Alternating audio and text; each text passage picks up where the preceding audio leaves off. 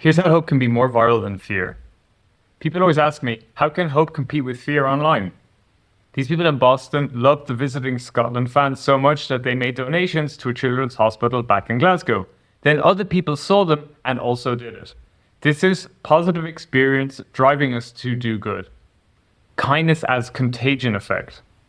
We see people doing something and then we copy it. Empathy is a renewable resource.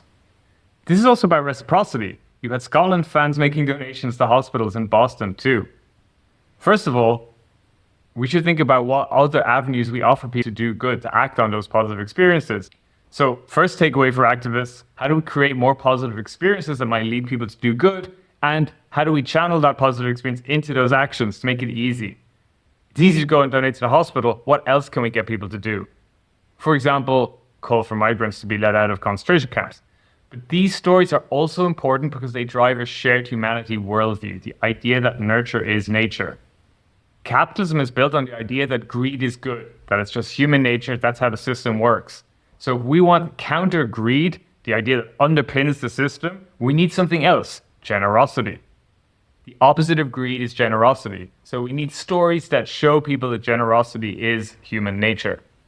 We are more likely to do good if we believe that that's human nature.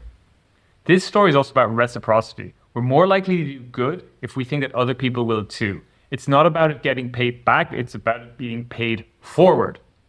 Unfortunately, we can see that generosity also spreads online. Zainab Tufekci says that we are drawn to stories of affirmation and belonging.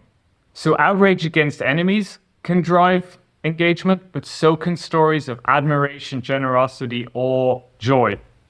We just have to learn to generate those emotions as powerfully as the far right can generate the hate and the fear and the outrage. There's another story I always use when I'm asked this question. During COVID, Irish people started crowdfunding to support the Navajo Nation. I noticed this because I was using the social listening tool CrowdTangle to see which stories were getting high amounts of engagement.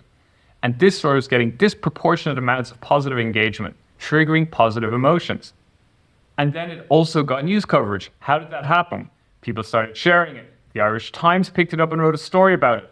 That story was posted on social media, getting more engagement. So then the New York Times saw this story is getting a lot of push. Let's write it up so we get the clicks too.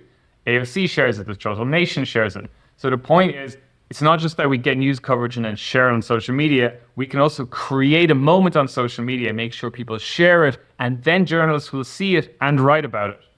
This is integrated communication. We need the social media and the media working together to create social media moments, to create cultural moments that change our thinking about how the world works.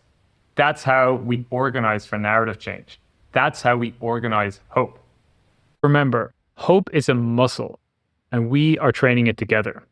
See you soon.